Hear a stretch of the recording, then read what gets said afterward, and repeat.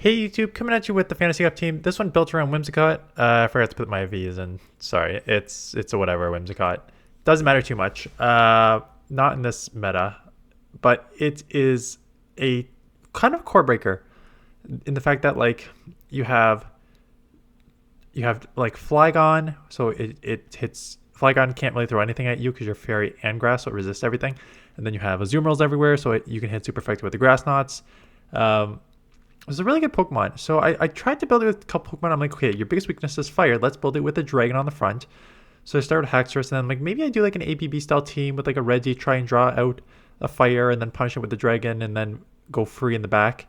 That's what I started. So I did that with Haxorus and Registeel, and then I was like, Flygon's better than Haxorus. I'm like, A-Slash may be interesting because I'm seeing a lot of like Flygons everywhere. So having super effective Ice Punch would be maybe good. So jumping around with the teams a bit here, because I just didn't want to try. I didn't want to use a Azumarill for every single team, right? Even though you can, because it's just so good. So good lead. There is your Azumarill switch, which is fine. They do have Ice Beam here, but as you saw by me already getting to Grass Knot, I'm going to significantly outpace here to the Grass Knots. So you'll easily be able to keep a switch here. One not enough to take it out, that's fine.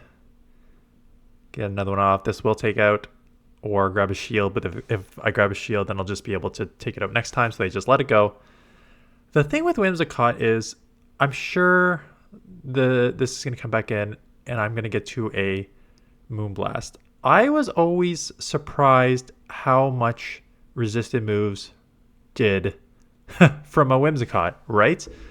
That is not an insignificant amount. That is a resisted, I know it's a Shadow Magnezone, which is very, very glassy in this league, but it is a very, seems like attack heavy Pokemon here. Let me just quickly look up the stats while we're playing out what is essentially just a hard counter team. 118.3 attack, 133 defense, 119 stamina, right? So the 118 attack is pretty decent. I think you're like comparable to Swampert's 122. I'm just trying to think like other. Flygon is 129.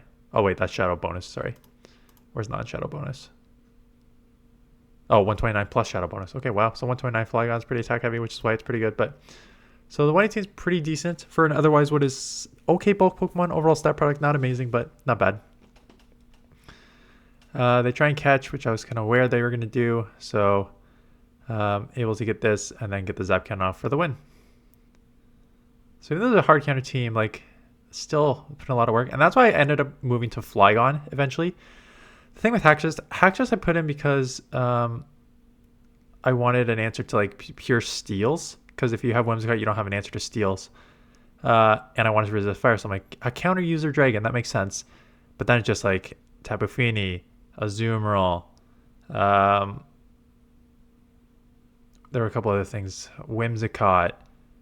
There's just so many things that you just can't throw anything at. So I was like, no, Flygon just makes more sense if you actually want to try to grind. And then Registeel is a safe swap. You know, it's interesting. I think Registeel does have play in this meta. With Turtonator and like Flygons everywhere, it has less play than I first thought it would. I mean, counter users are still around. I haven't seen a ton of counter users just because there's so many, like 90% of teams have a Azumarill on it, right? Or Tapu Fini, or both. So it's just like a tough one to use. This is also why I used Haxorus, because you could just like kill with these counters on steals. They eventually get into Tapu.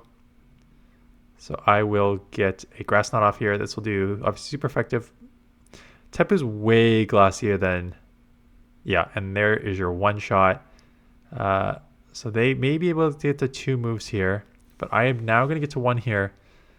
And again, we just saw how much these chips in resistant matchups, they have to shield, especially Shadow. They're trying to get to 2 moves here, 2 Ice Punches, but I'm pretty sure I banked a move on Haxorus. The Night Slash, if I remember this matchup. Yeah. Bank the Night Slash to be able to take this out for the win.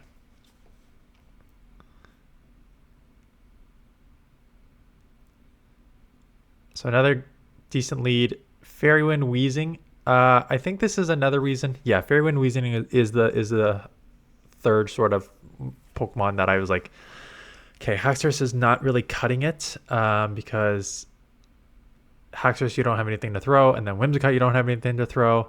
So I'm like, I needed a better answer. So that's why Flygon comes in there. And then, yeah, I'll eventually switch to A/Slash. A/Slash is an interesting one because you're double weak to counter and you're double weak to fire, which is not amazing to have in this limited meta. But, you know, you resist resist dragon, you're weak to ground too, which the Flygon hurts. But you have the ice punches for Flygon. The drill runs pretty quick. So it's an okay Pokemon to use in this meta. What's important is that this meta is almost over because I am not having it. But you know what? I give Niantic a lot of grief for their what has generally been pretty poor lineups for Go Battle League for the past few seasons now. The one thing they did do, even though Fantasy Cup sucks, there's a Great League every single week of the season. Right? So we have Open Great League next week. We have an Open Great League in Hisui Cup the week after. And then there's an Ultra League with the Great League Hisui Cup. And then there's a Master League with an Evolution Cup Great League. And then there's a little Great League Catch Cup. And then there's another Great League. So they actually give you a Great League every single week. So even though this one sucks, at least there's an option that's not Master League. Even if it's the same like 7-8 Pokemon. And lots of chances for Dust, right? 4 times Dust this week. 4 times Dust next week because Master League is on. 2 weeks off, 4 times Dust for the fall. For the last 3 weeks, there's 4 times Dust for wins. February 9th, February 16th, and February 23rd. 4 times Dust. And we have like a Go Battle Week coming up soon. Friday the 19th. This weekend, this Friday, to Friday 10 a.m. to Wednesday 24th. 4 times Dust and 10 sets. So you have a 4 times Dust and you can do 50 battles, right? There's a lot of Dust to be had this. So I'll give it to them. They did make some changes to the meta, especially in Show 6 formats. Medi's like almost nowhere to be found. I mean, it's replaced with Poliwrath, but I think Scald may... I think they're going to lower the Scald lowering of the attack, if it was my guess. I don't think they'll nuke... Maybe they'll nuke the... I think they have to go after Scald. Maybe that'll be a fun... Maybe they'll do that video this week if I don't have enough battles. I don't know when this is going up, so I have my... Yeah, maybe I can do that on Thursday. Because I have this. I've got at least 1 or 2 more submissions. But then if I want like a bonus video, I can do like early ideas for what I expect nerfs and buffs to next season. That could be a fun one. I think Scald is one of those things where it probably needs to be nerfed a little bit just because you essentially have Poliwrath like not even having a bad matchup, just being able to kill it there. I'm just trying to think like what else. And Whiscash, right? I said Whiscash and Poliwrath are 2 of like the super strongest Pokemon because Scald seems broken. So what do you do with that? What do you do with Scald? So Scald is a 50 energy, 85 damage, 1.7 damage per energy with a 50% chance of lowering your opponent's attack. I think, you know what? 50 energy for 85 damage, 1.7 is not terrible damage per energy for a 50 turn move. So I don't know if you attack that. If they want, let me see if there's other 50 turn moves. If it's like a clone or something that you can't really touch the damage.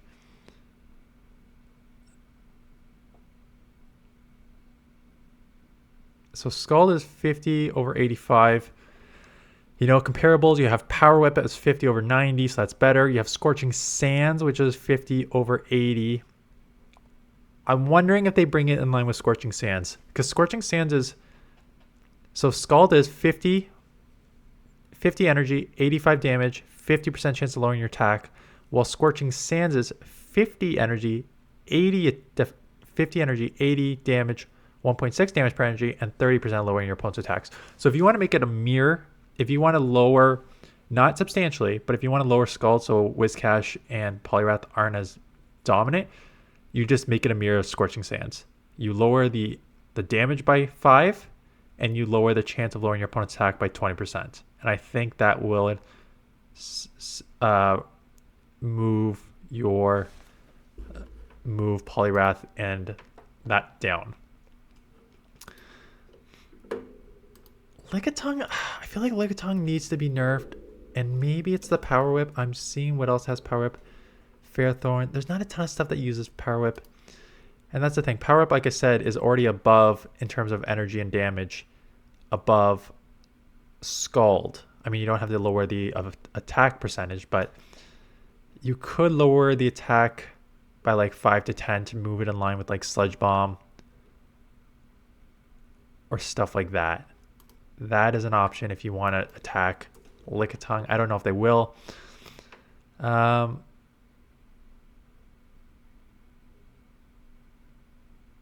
I don't know. I don't think there's actually like a ton. There's not. Let me check the Ultra League. I don't think there's like a move, like a Pokemon that in one meta I'm just like this needs to be attacked. Like Poliwrath is the only thing that comes to mind, because again, it's the number 3 ranked in Open Ultra League, and it's super high in Great League, and it's on every single team. It's replaced Medi as the main Pokemon in Show 6 tournaments. So I think Poliwrath Scald probably needs to be attacked. But I'm looking at the rest of the Great League and Ultra League, and I don't see a ton that I would go after. I think you're probably going to just maybe yeah,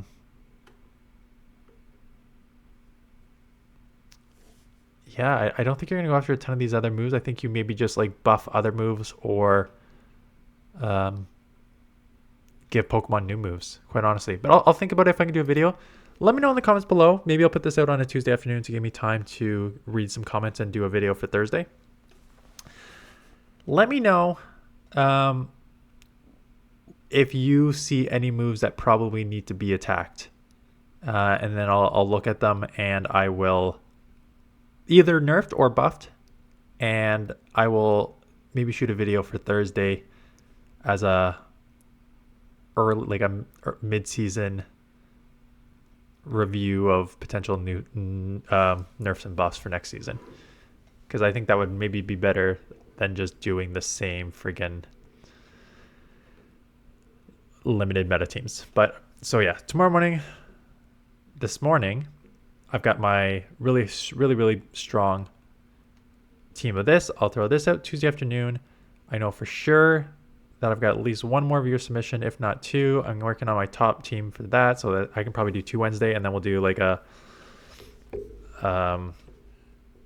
something like this, what I was just talking about, attacking nerfs and buffs for Thursday. I think that makes sense in terms of a schedule. And there's still 3.5 minutes left of this crap. It is just, yeah. I still wish they did something to make GBL a little more interesting. Because again, this is now the second day in like 3 times that I'm more interested in my FanDuel sports betting than I am in GBL. So referral link in the description if you want to gamble with me. Otherwise, yeah, I don't know. Like I feel like they need to make it more enticing for the majority of people. And I look at again, I'm still at like the 26,000-2,700 range. I've just been hanging there for a bit, which is fine. I've got many weeks to grind. But like, I know a lot of people already hit legend. I think that if you want to try and get new people into GBL, or you want to make it interesting and force people to actually like try and care about this, you need to like do something fun. And like, actually, I'll just give a basketball reference. The NBA this season introduced an in-season tournament. I'm not hitting them. We're like, why are you not hitting the bubbles? I'm not hitting the bubbles because I was very, very distracted by my kids when I was playing this. The NBA created this in-season tournament, and basically it has no effect on your overall ranking. Like, it was just like games mid-season that you were playing anyways, but they made it a tournament format, and then they made it that like the winners got like some extra money. That was it. Like, you don't get more wins, you don't get an automatic buy into like the playoffs for NBA. It was just like a normal regular season game that was considered in season tournament that would allow you to get a little more money for your players and stuff like that. And everyone was like, this is stupid, this is stupid, this is stupid. And then the games ended up being some of the most watched games and most cared about games this entire season. And it's just like, they need to do something like that in GBL. Like, you don't make some sort of like in-season tournament. I don't care how you do it. If you make it leaderboard, if you make it, if you want to get more people in, like expert and above or something like that, just make an in-season tournament on the weekends or something or whatever, that you give the people who are in like the top, who either win or in the top, like a special pose, XL candies, more things. Like, you can even do like more top Pokemon, get that stuff. I just think it would be, I think it would make this a little more interesting for people to play, as opposed to just like the normal 5-set grind to legend that every single person has to do every single time. So yeah, that's my thoughts on that. That's my thoughts on potential nerfs and buffs for the new season. So yeah, hit me in the comments below on anything that I talked about today. I know this was difficult. Again, this team didn't work. Obviously, I have like multiple weaknesses. Use the team. Use the legend team from yesterday. It's me, Luigi. Use my team this morning, which very, very similar styles of team building, right? So both of those similar style team building. I've got one coming probably tomorrow, which is going to be another strong team that I use, and it's very similar to the one I used this morning. It's just a modified version. I know someone in my comments, I think it was Luigi, said that he was pushing leaderboard, and they submitted another video, so I'll do that. So lots of teams to grind with.